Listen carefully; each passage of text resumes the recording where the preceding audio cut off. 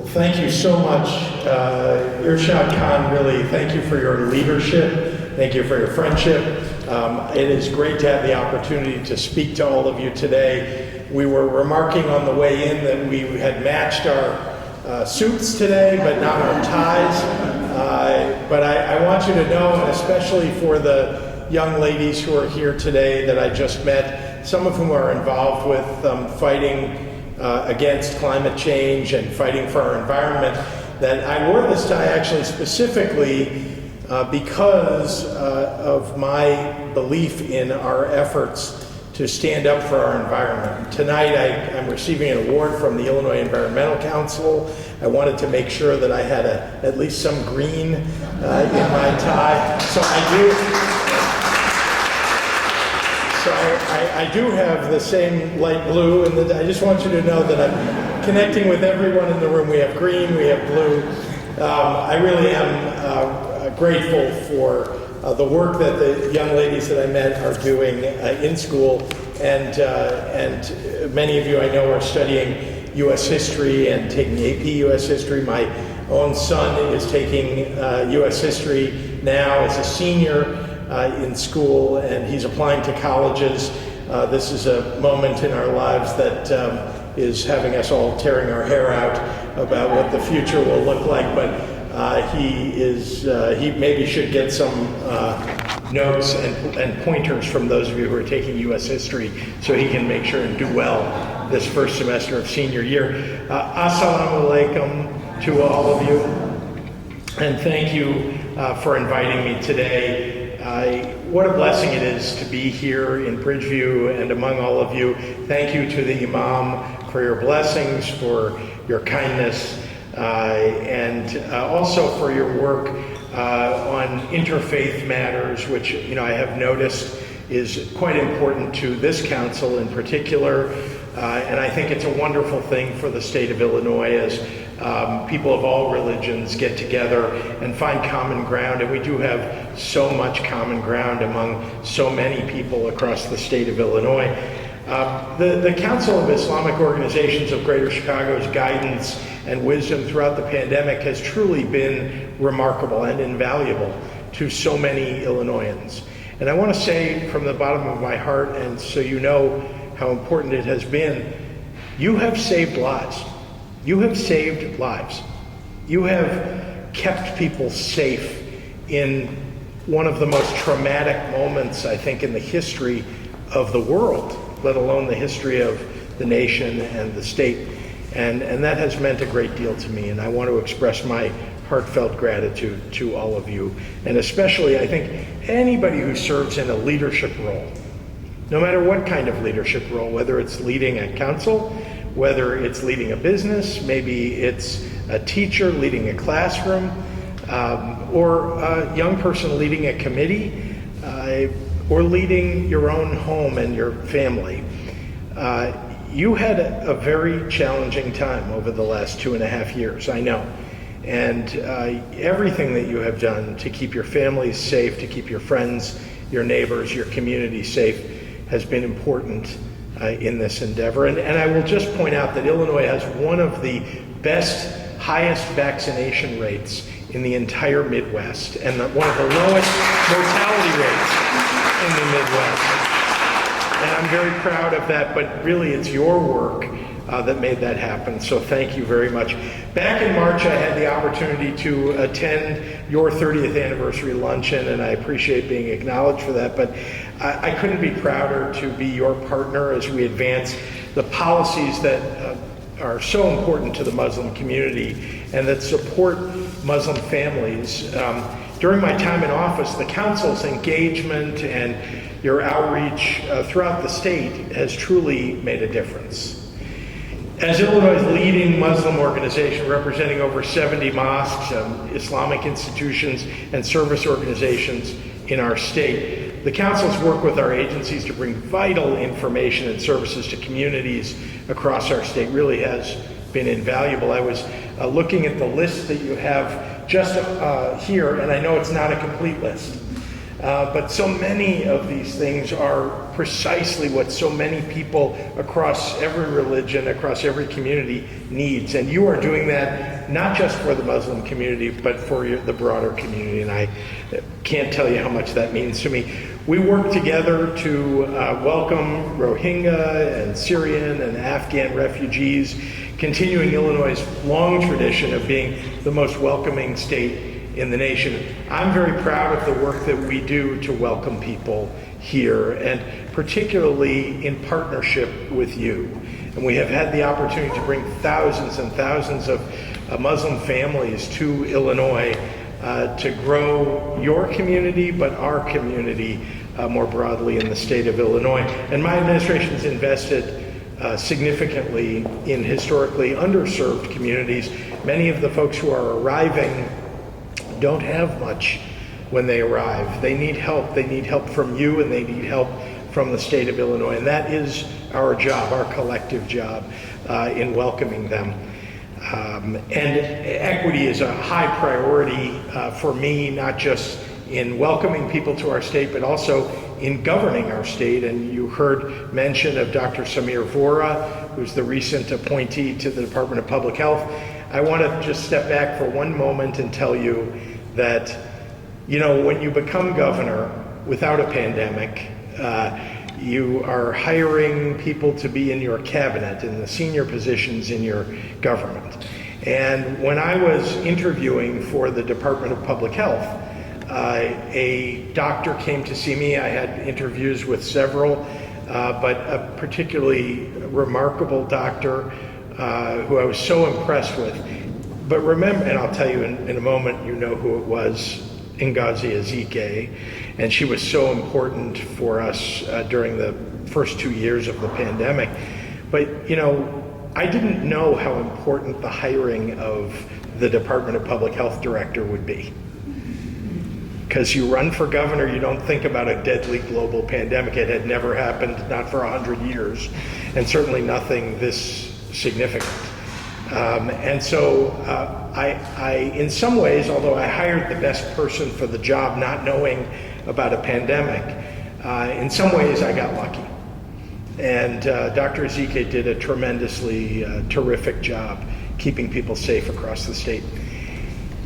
When Dr. Ezike told me that she wanted to leave state government, wanted to look for opportunities outside of state government, and she had, you can imagine, well-deserved rest coming from being almost 24/7 for 2 years.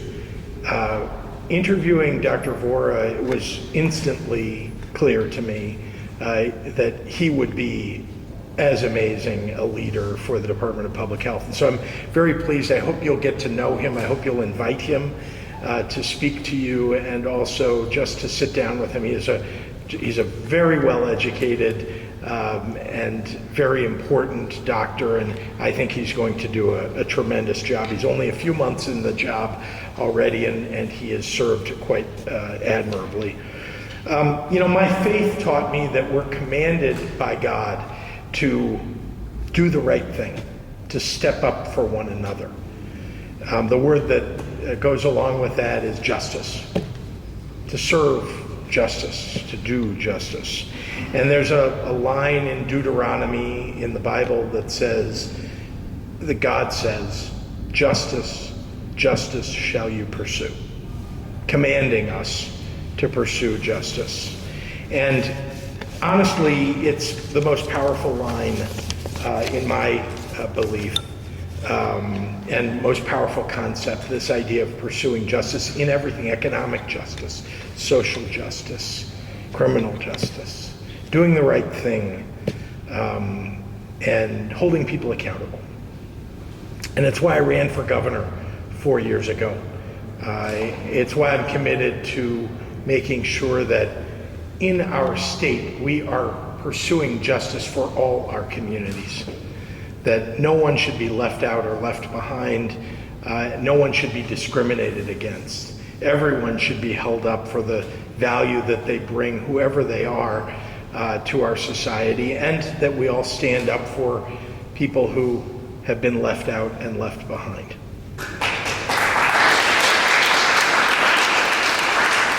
And So I applaud this council because I believe that you are pursuing justice, that you and your members are a part of this effort of giving back to our state and organizing your community members for the greater good to pursue justice. And the Muslim community has achieved so much for itself here in Illinois and across the nation, and it really has been such a great benefit to the state of Illinois. I believe this is the greatest state in the country, and it remains so because we have vibrant communities that maintain their identity, but also are part of the larger community and neighborhood that is the state of Illinois. And so I just want to say to all of you, thank you again for all that you do. I have great hope for the young ladies that are here today in their education and their pursuits in life, and especially I want to encourage you all to stay in the state of Illinois. When you apply for college, we have some of the best universities in the entire nation here in Illinois, and not very far from Bridgeview, so you don't have to go too far from your parents and your grandparents to get a great education. But I'm especially encouraging you because you all seem so incredibly bright.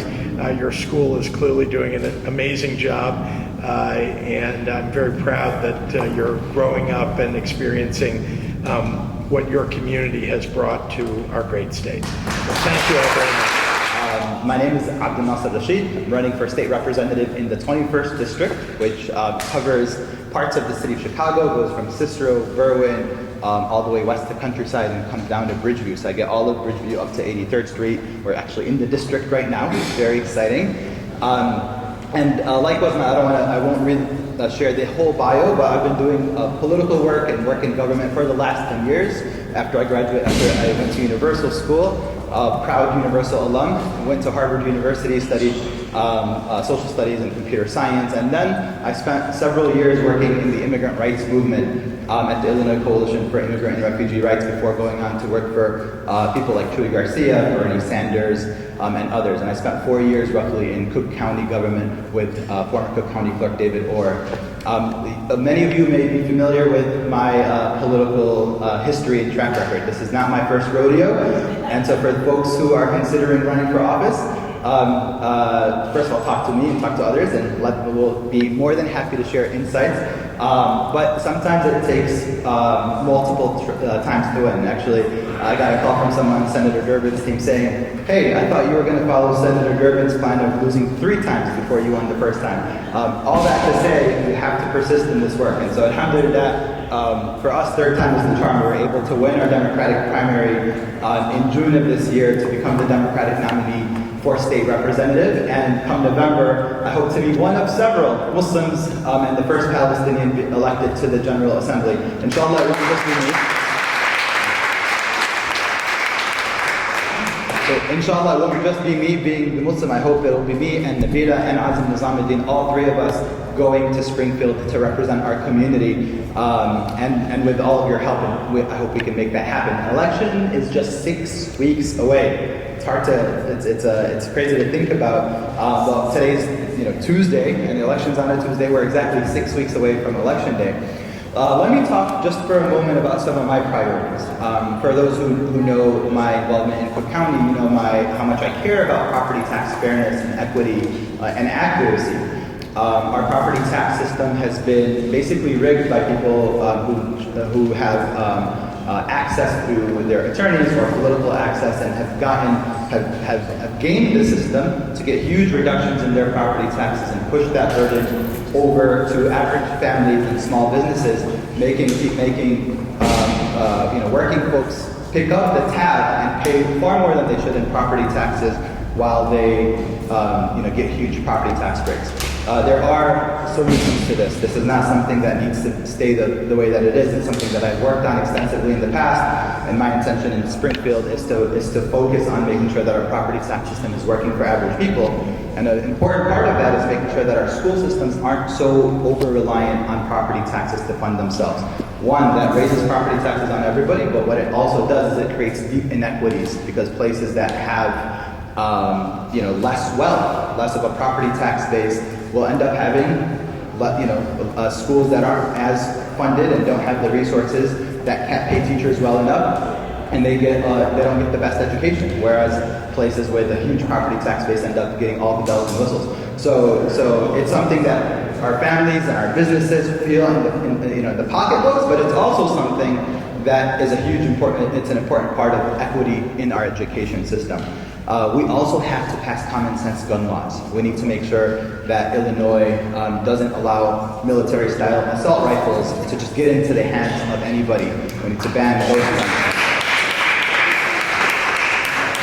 There are a number of things. Illinois can and should ban assault rifles and high-capacity magazines so that we don't see what happened in Highland Park on July 4th happen again. Of course, the primary responsibility is a federal one, because what we do in Illinois only affects us here in Illinois, but guns can come from other states like Indiana and other places that don't have meaningful gun control. So it is a federal issue, but on the state level, we do need to do more. We need to protect our environment. We see how storms that should be happening once every 100 years or 1,000 years are happening every 10 years. And that's because climate change is real. And we need to make sure that we're doing everything. Illinois as a major state, as the 18th largest economy in the world. Yes, the 18th largest economy in the world has significant power of the purse and pension fund and other levers that we can use to make sure that we're doing our part to make sure that we're pushing for climate justice and environmental justice. So those are some of my priorities. There's a lot more that we can talk about, but I'm going to leave that to all of you to pepper me with questions, whether from here or just as we mingle. But in the meantime, in these next 6 weeks, please make sure that you go out and vote. Make sure that you register anyone in your household who is maybe just turned 18, or became your cousin who just became a citizen, or someone who just hasn't registered to vote because they haven't thought about it. Make sure that you help them through that process. It only takes a few minutes. You can register to vote online. And then go out and vote. Early voting starts October 24th.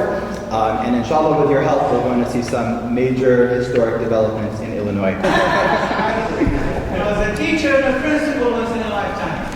Abdulnasir, can you speak to the fact that the difference and the importance of our own running for office? Absolutely. And that the other issue is that it doesn't start at the top. It's not like you run for governor or for Congress or for president. That's right. You start at the school board, you start at the state rep. Those issues, and there is no alternative to that. And even when you have a degradation with government and governors and officials, it's not a substitute to our own being in office. The young lady is here, for example, as an example. Absolutely. Thank you so much for that. And let me start by thanking Mr. Zerzur. I call him Mr. Zerzur because he was my principal in Universal and has been a mentor and a friend and an advisor of mine from as long as I can remember. And so I'm very grateful for the role that he's played in my political work. The questions that were just asked are really significant. So first of all, in terms of our own running for office, it's natural to think that people who look like them, speak like them, understand their communities are more likely to go out and vote. In the Black community, in the African American community, South Asian community, if you have people who are from your community who are running for office, you're going to be a little more motivated to go out and vote because naturally they connect with you. That's what democracy is all about. It's about actually having real representation. And so on a high level, having people from your own community run is a huge motivator to actually turn out to vote in those communities. And for us, practically what that's meant, so in 2018, when I ran for Cook County Commissioner, we had a program dedicated to making sure that we were talking to our community. Usually in political campaigns, what you see happen is people who don't vote get left out of the equation. Campaigns don't talk to them, they don't have field organizers go knock on their doors, they don't send them mail, they don't send them text messages, they kind of leave them out, they say, they don't vote, they don't really matter. Unfortunately, that's common. Of course, we're not doing that. We went to every single person in our community and said, I don't care whether you voted or not, you need to go out and vote, it's really important, you can help us get over the finish line. And we actually measured that. So after the election in 2018, I lost by about 1%. But we saw that we had doubled the turnout in our community in the 17th district compared to the 4 years before that. And we did it again this cycle. Actually, same thing. We knocked on every single door in the Muslim community, and we, treated everyone exactly like they were the most important voter, rather than, unfortunately, as if they're unimportant. And we saw the same thing. We actually increased turnout this cycle by 60% compared to 4 years ago, alhamdulillah, because we believe the efforts of our campaign. So that's one thing. It makes a big difference. Two, it makes a difference on the issues. Our community has very concrete, meaningful policy issues that we want to advocate for. Whether it's the MENA, recognizing that Middle Eastern, North African, Arab, Middle Eastern, however we term it, are not white, and that we should have a box. We can't, unfortunately, we have to wait until 2030 for that to be on the census, but that doesn't mean that we can't start working on that right here in the state of Illinois and then other units of government to start counting us here. And so that's something that we can't pass state law to say, let's make sure that that minute box is on any state form that collects race or ethnicity data. Can we then use that to make sure that people have access to contracts in our community so that small business owners can be supported? Making sure that Muslim prisoners have access to halal food. There's a range of things in our community that we can work on the policy level. Why, in the southwest suburbs, high schools with significant Arab population is Arabic not taught. Now, I'll tell you that's primarily a school board issue, but I'm not in the business of saying, oh, I don't deal with that. I deal with everything, right? And so I will work with people who are interested in running for school boards, for example, or in engaging school boards to say, hey, it's really important that we have Arabic as a language that's offered and hire Arabic teachers. And so there may be a small piece I can do from the state. That's something that we can work on together at the school board level. And so much more, of course. So, do you have some yes. questions? Yeah, I think, go ahead. Thank you. Walaikum salam. I'm Eve Mersh, I'm assistant principal at Elsa School. And the question we have as a private school, is as Muslims, we want to preserve those Islamic schools. When Empower Illinois came out, we had a rush of families trying to participate in the program. Unfortunately, that program wasn't able to serve as much families as it came to us. When Empower Illinois came out, we had over 400 families come asking, saying, if this goes through, we want it. And I know you're talking about tax dollars. What about the tax dollars for our families who are paying the tax dollars and they're still having to pay $8,000, $9,000 tuition? What can we do for those families so that they can get some kind of that money back to support the schools that they choose to take their children to? Yeah, great question. Thank you. Is this working? All right. So a couple things. One is you hit the nail on the head. People are paying property taxes a lot. 60%, 70% of those property taxes are going to public schools. So the first problem we have is that we have a dramatic over-reliance on property taxes to fund education. And that's actually an anomaly. This is not something that we should assume is normal. It's not. Throughout the country, states themselves are investing in public education so that it's not property tax dollars making up the bulk of what funds education. So correcting that equation is the first way that we make sure that people keep a little more money in their pocket and then use that wherever they choose, including potentially to pay tuition.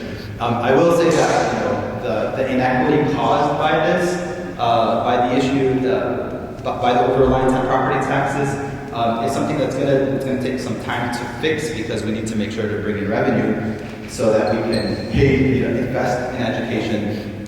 And for me, it is really important that it doesn't matter what zip code you're in. There are a lot of people, including in our community, who can't afford to send their kids to private schools. And I'd love to have people some more of their property tax money in their pocket so that they can make that decision. But it's really important that no matter where you live in Chicago, in Cook County, or in Illinois, that you have quality public education. Are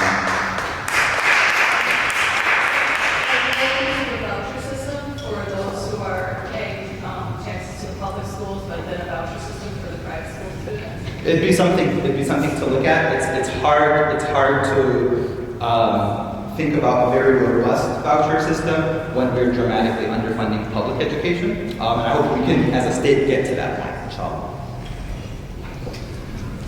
Are there any other questions? Yes.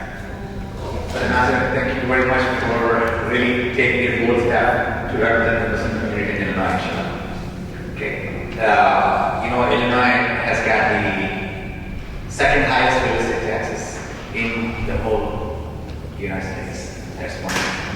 Second one is we are top 5 list of the combined state and local taxes. So, and people are leaving Illinois because of some people bring various reasons. What plan do you have to really reverse the situation we are in? Because alhamdulillah, we are glad to see the Muslims going to the Illinois Senate, but at the same time, we got to bring some good contributions to the decision-making process. So please see if you could address that. We are part, I'm part of the CRC4, which is the political wing of CRC. C3, we are kind of in the voting stage right now. But the responsibility is, of course, you have taken a bold step. But I think there's a responsibility that the community, we as a community, needs to fulfill. That is to make sure that everyone who we know, we approach them and say that, are you registered? If not, have them encourage them to register to vote. And then, if you have to take them to the polling booth to vote, do that. Once we do these steps, inshallah, these people will be in a better position. That will be the only time when we will menu what will be the table. Okay? We will put the menu rather than the table. So remember that. What is it if you're not on the menu if you're not on the table, you're on the menu, right? So that. So we need to participate and do the best we can so that these candidates, brother can really go do our job, because that's what we need. Throughout the world, if you look at the sufferings of the Muslims, it's because of the bad decisions that are made in state level and federal level, especially in Washington. Half of the religious problems we have with millions of refugees is because of the decision making that comes out of the Washington, right? So it is us who are responsible, to be honest. Think about it, it's our responsibility. We are citizens, this is our country, we got to make sure that we do our part so that these guys will go up there and represent us and do their part.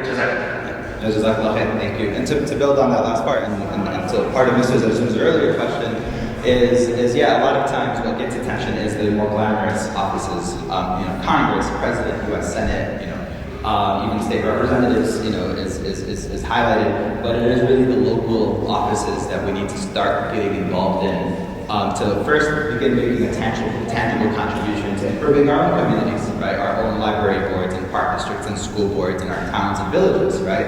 And so next year, in April of 2023 and February of 2023, there will be lots of local races, and I encourage everyone to get involved in at least one, right? Go knock on doors or write postcards for someone who's running for something, right? First of all, for us for November, but also for next year's elections. And so that's a really critical first step to getting engaged in the political process, and you can feel the impact of that pretty quickly, actually. A lot of times when we're talking about state or federal issues, it takes a while for the policy conversations to materialize into something that people can find tangible. But on the local level, it's almost immediate, where you can feel the impact of it. And then going back to the question of state and local taxes, I think, again, you hit the nail on the head. Illinois is unfortunately has high property taxes and other local taxes, and this is partly a consequence of the failure in our state constitution back in the 1970s when it was drafted to not allow for a graduated income tax back then. And so now we have a major constraint in terms of how much we can tax income. Nobody wants a middle-class family to pay more in income taxes, because that's money that they need to pay rent and to put food on the table. And at the same time, if we look at states across the country, 33 states across the country, including in the Midwest, we've got Minnesota and other places, even in Indiana, where if you live in Indianapolis, you're paying a higher income tax than you are in the state of Illinois. And that's because of the flat rate that we have on our income tax that's built into our Constitution. Unfortunately, 2 years ago, there was a referendum on that, and it failed. And so, what are the chances that we go back and revisit that question?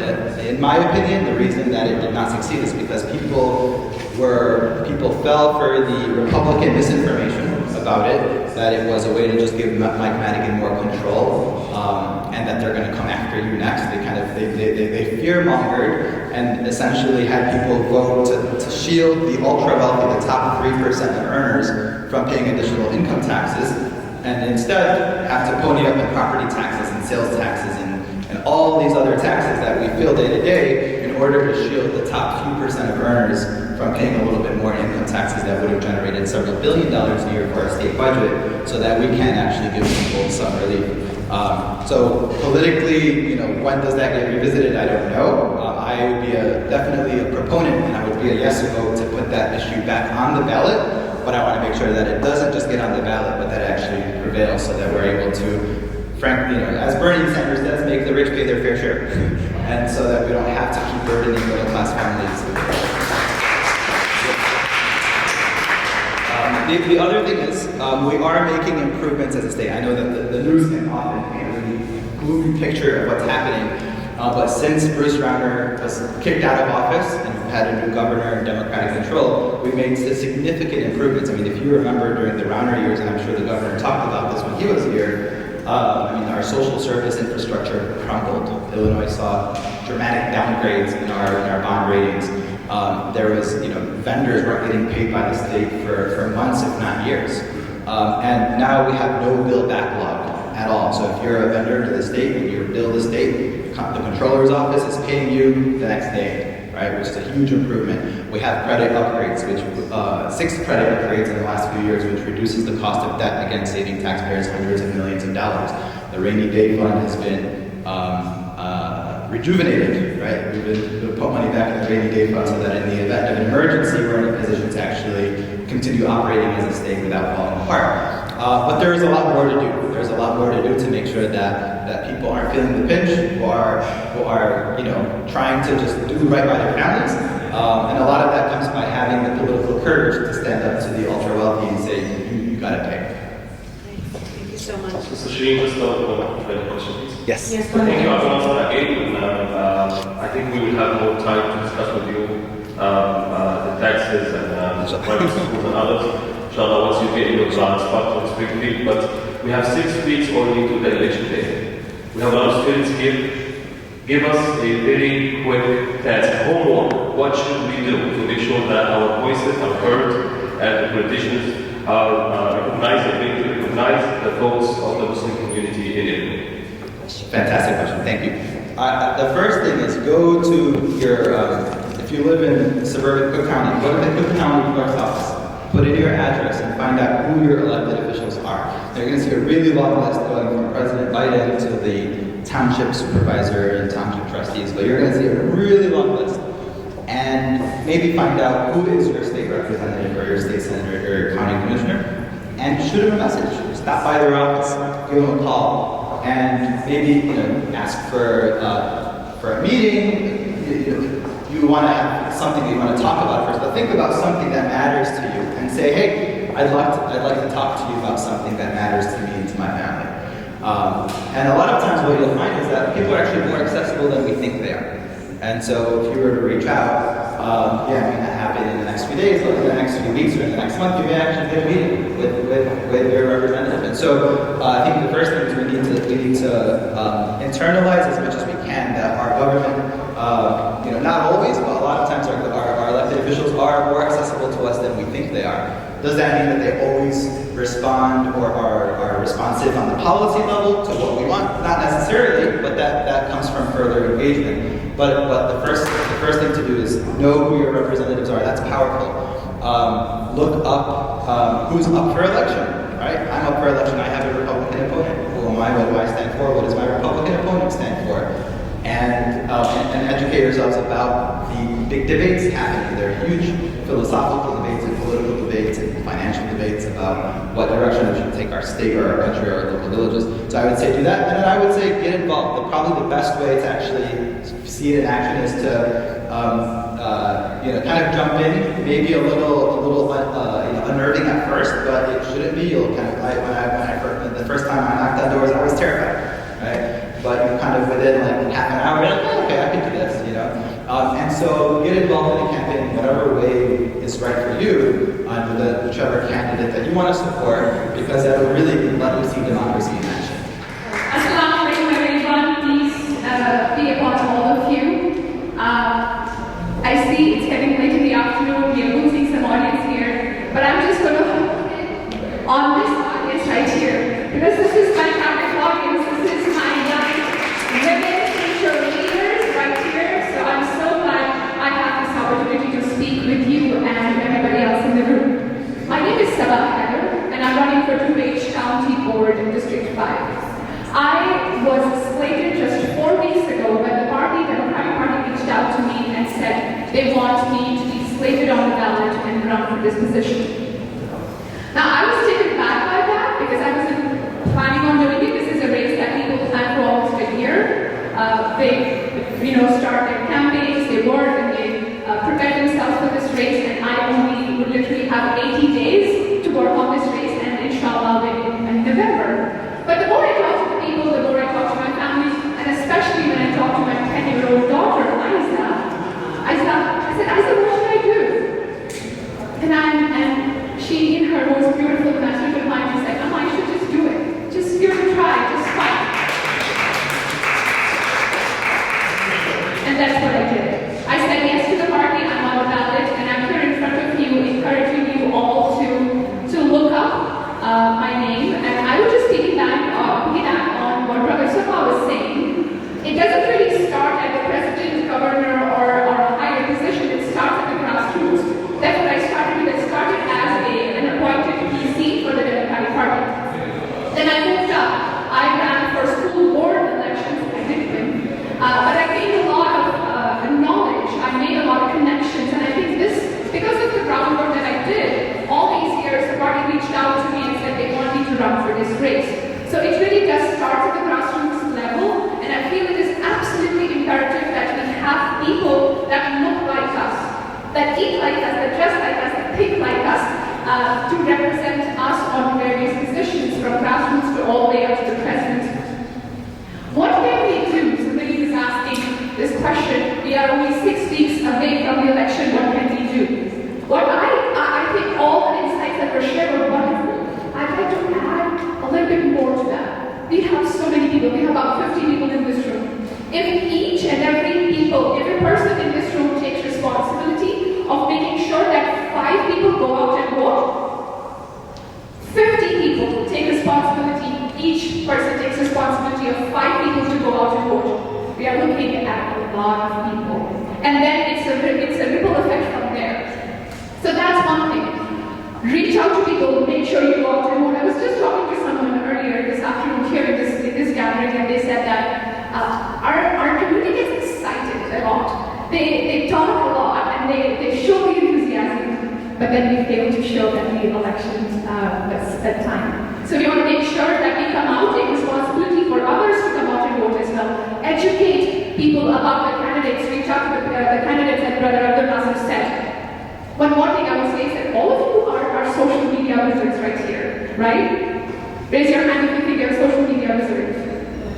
Some of you do think you're, that's awesome, at least you're honest, right? So what you're going to do is you're going to take Brother Abdul Nasser's information about his campaign, about his social media, you post on your social media, and you say, this is the candidate I really like, and I would want you to find out more about this campaign and see if this campaign speaks to you. You do the same thing, you say, I heard Sabah Heather today. She really inspired me. I like what her message is, and find out more about her. You help us find connections, you help us find support on TikTok and Instagram, and we are dinosaurs for you guys because we are not there. So do that, right? We are pretty much dinosaurs, right? So no, you could, unless you. If anyone had any questions?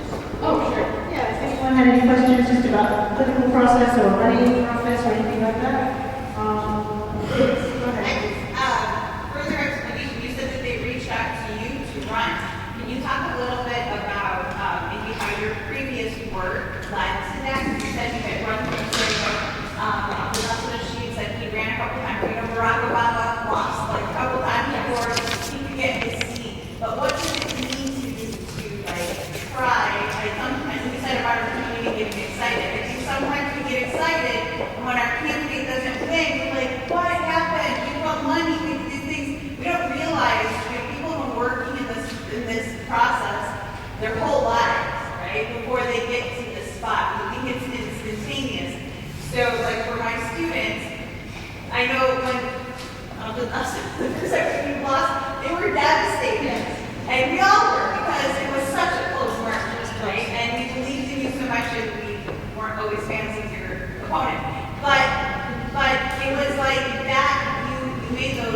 So you said you had run for a school board, but didn't win, and now they reached out to you. Can you talk about how that works so that we as a community can understand the process is a long-term vision, not a short-term goal? Absolutely. And it really boils down, and I'll come to the exact steps that I took.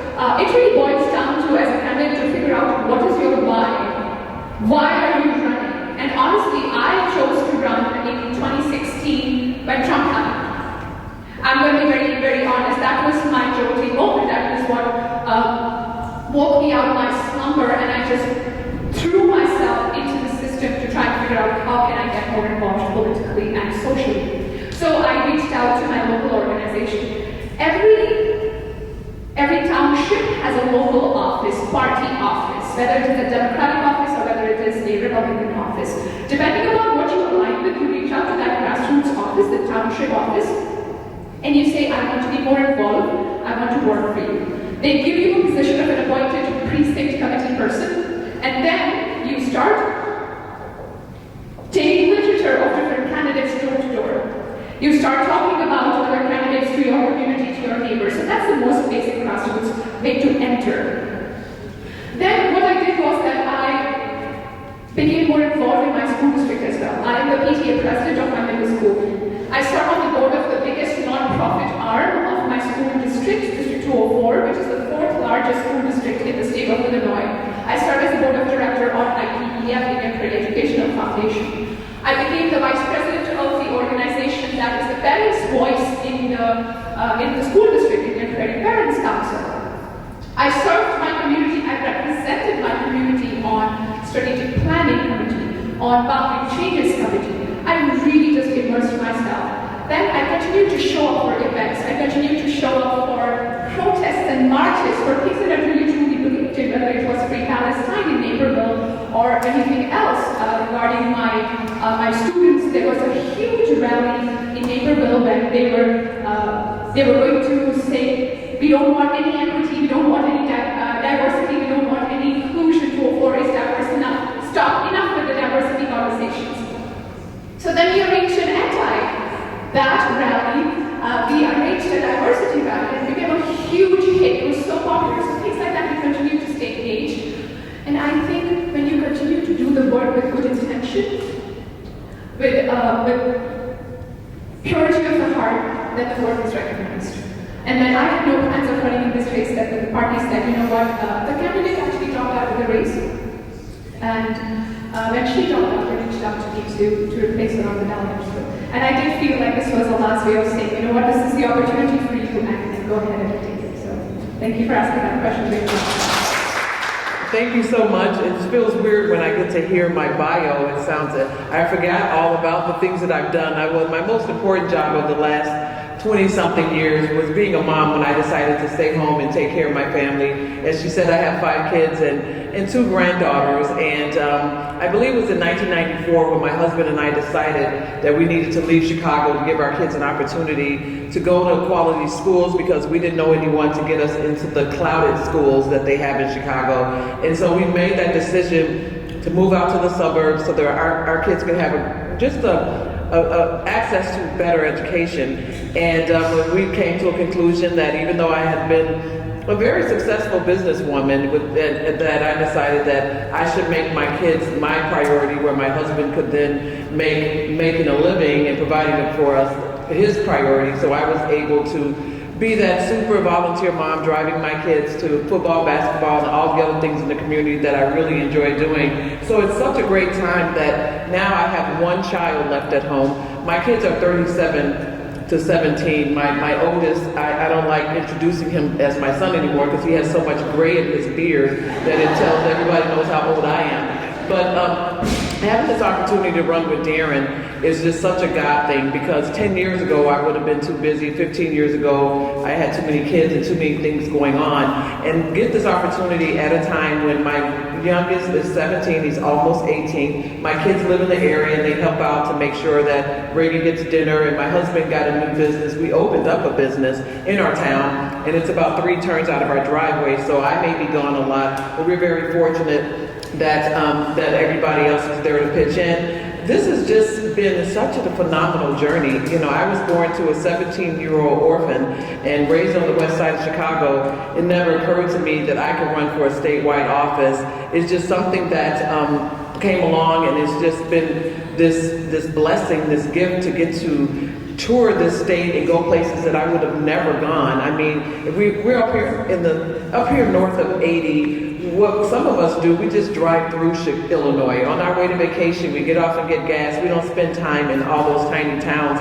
And now I've had the opportunity since December to tour those tiny towns. And, you know, after the primary, the number one question that I get is, how is Darren Bailey doing in Chicago? How is his message resonating in the right here in the Collar counties?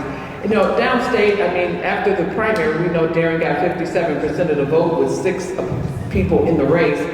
But now, Darren is working just as hard as he worked during the primary, and everybody's inviting him to come out. He can't just walk the street. People recognize him, and people that would normally not vote for Republicans, even my mom, she's 74 years old. And when I became a Republican, she was convinced that I was switched at the hospital. She doesn't understand how she could raise a Republican daughter. But everything my mom did was very Republican. She worked very hard, sent us to private schools, sent us to dance lessons. We had such an amazing childhood. So now that she's coming out of the closet as a Republican, she walked with me in a parade down King Drive in front of all her neighbors with her Bailey shirt on. And there were people screaming, black people in Democrat Chicago screaming, "Is that Darren Bailey? I love that guy. I'm going to pray for him." And that's the response that Darren is getting everywhere we go. I mean, of course, we're tired of it, and people in Chicago are tired of it as well. Those people, those in Chicago suffering under the policies of the 3.5 years of J.B. Pritzker, just not simply caring about them, shutting down businesses, and we all know business owners that struggle. And that's what I get to hear those stories when I'm traveling this great state, of business owners that open up their facility and invite us to come in and hold a meet and greet, and every person has a story of how hard it was to operate their business during J.B. Pritzker's shutdown. I was down in Arthur, Illinois. That's an Amish community, and their culture is, after 8th grade, you go work for a family business. So we're in this business, this gentleman, he has 6 kids and 22 grandkids, basically depending on his business, and he kept saying to me, during the shutdown, we had no income. And that culture just wants to be left alone. They don't want the government coming in telling them what to do, and so many people have stories like that. And that's something that I've been trying to communicate with everyone, is that we have to remember in November what J.B. Pritzker did to us. Now, I love talking to like-minded people, but right now we need to communicate with people that you might think are leaning toward voting for J.B. Pritzker, to remind them that 4 more years of J.B. Pritzker would just be the worst horror movie Part 2 ever. J.B. Pritzker Part 2 is just the scariest thing I can imagine. I don't know if you guys know, but between July of 2020 to July of 2020, for one, 114,000 people fled Illinois. Businesses are fleeing Illinois. We've turned from the land of Lincoln into the land of leaving. And Darren Bailey, come day one, we're going to let everybody know we're going to make Illinois home again. And we're also going to make sure everybody understands that we are going to make Illinois open for business. So many businesses can't wait to get out of here because of the fees, the regulation. So many major corporations in the last couple of years have just given up on Illinois. Even a company like Portillo's that was founded in Illinois in 1973, I believe, they've come out and made a statement that they're not going to build any more restaurants in Illinois. They're going to Florida, Arizona, and Texas because they have in-migration and a booming economy. Nothing screams, but it's just the fact that they don't have confidence in the great state of Illinois where they formed their business, and they're not alone. I mean, even McDonald's Corporation, the head of the McDonald's Corporation, would label Chicago as a city in crisis. And we have to do something to keep our people safe. It breaks my heart that 5-year-old children are getting shot every week. The number of children under the age of 11 that are being victimized by the street violence. We got to do something different. People commuting to work that are in a position where they have to take public transportation are being victimized every day. And we're not just giving lip service. Darren Bailey has the qualifications to get it done. He was on school board for many years. he became a state rep, and then he became a state senator. He understands how to navigate Springfield, and something very important out of everybody down in Springfield, Darren Bailey was the only one that stood up to J.B. Pritzker and said, you can't do that. You don't have the power to mask our children and to close our businesses. And I don't understand why the 34th month in a row that J.B. Pritzker continues to grant himself emergency powers. Every other state around us, their governors have given that up. Even New York has given that up. Why is he still holding on to the power to have emergency power when he can shut us down at any given point? Well, I think the Democrats have underestimated what they've done with all these draconian shutdowns. They've awakened a sleeping bear, and we understand that everybody, again, is booming back up and running, and we're still lagging behind when it comes to growth. Well, I just want to wrap up and say, hey, we need everyone, if you can, to get involved. We need to vote Republican straight down, because we have a great state to save. It's BaileyForIllinois.com. Thank you very much for this opportunity to talk. They wrote it into the founding documents that we have a right to own a weapon. And taking weapons from good people like me or my husband or other people, that's not going to stop those children that are getting shot. We need to make sure that crime is illegal in Chicago and in Illinois. We need to make sure that when somebody gets picked up with a gun, maybe they stay in jail longer than the 4 days. So the Republican Party is all about personal safety. It is my responsibility to be able to take care of my family and protect my family. I don't care about the stuff in my house. If God forbid someone's coming into my home, I need to be able to take care of them. The Democrats are all about defunding the police, making crime something you get a slap on the hand and you get right back out. The Republican Party is all about making sure good people have the right to protect themselves, because the more good people with guns is better for bad guys with guns. Some of these situations that I'm sure you're watching on these videos, follow CWB Chicago and some of these other crime chases, it breaks my heart that a man riding home on the train is accosted by 3 people going through his pockets. This gentleman is complying, he's raising his hand, take what you want, they take a wine bottle and hit him over the head. So, I mean, come on, we gotta do something, because these people are victimized. So, we are all about using guns safely to protect your family, protect your body. The fact that what's happening in Chicago, that's an example of how too many regulations just don't work if you're not going to enforce them. We can pass 1,000 other gun laws, but if they're not being enforced, it's just not going to work. We are very pro-woman, the pro-safety, and more importantly, just pro our founding fathers and the Constitution and the liberties that were given to us, and more importantly, God-given liberties that the country didn't give to us, but God gave to us. So I'm glad you asked that question, but so any other questions, feel free. You don't have to ask a question that you think is going to be easy or something that you want to challenge me. I was on the radio for 7 years in Chicago. Well, so I was as a black woman, a Republican on the radio for 7 years in Chicago. They couldn't wait to line up every weekend to get on the phone and try to challenge me, so I'm kind of accustomed to that. But all I can say is that I go by what I know and not what I heard. Growing up to a 17-year-old orphan in the ghetto and just watching, my mom work hard to provide for us, and watching my community that used to be a beautiful place to live and a safe place to shop, and now it's unrecognizable to me because the Democrats have been ruining my community, ever since I left. I mean, when I go over there now, there are no grocery stores. All the businesses I used to shop at with my McDonald's paycheck are now shuttered. And it's just people over there selling drugs like it's legal. There's garbage and graffiti everywhere. That's the Democrat Party. That's what they've provided for the city of Chicago since the 30s, because we haven't had a Republican mayor since the 30s in Chicago, so you want to remember that.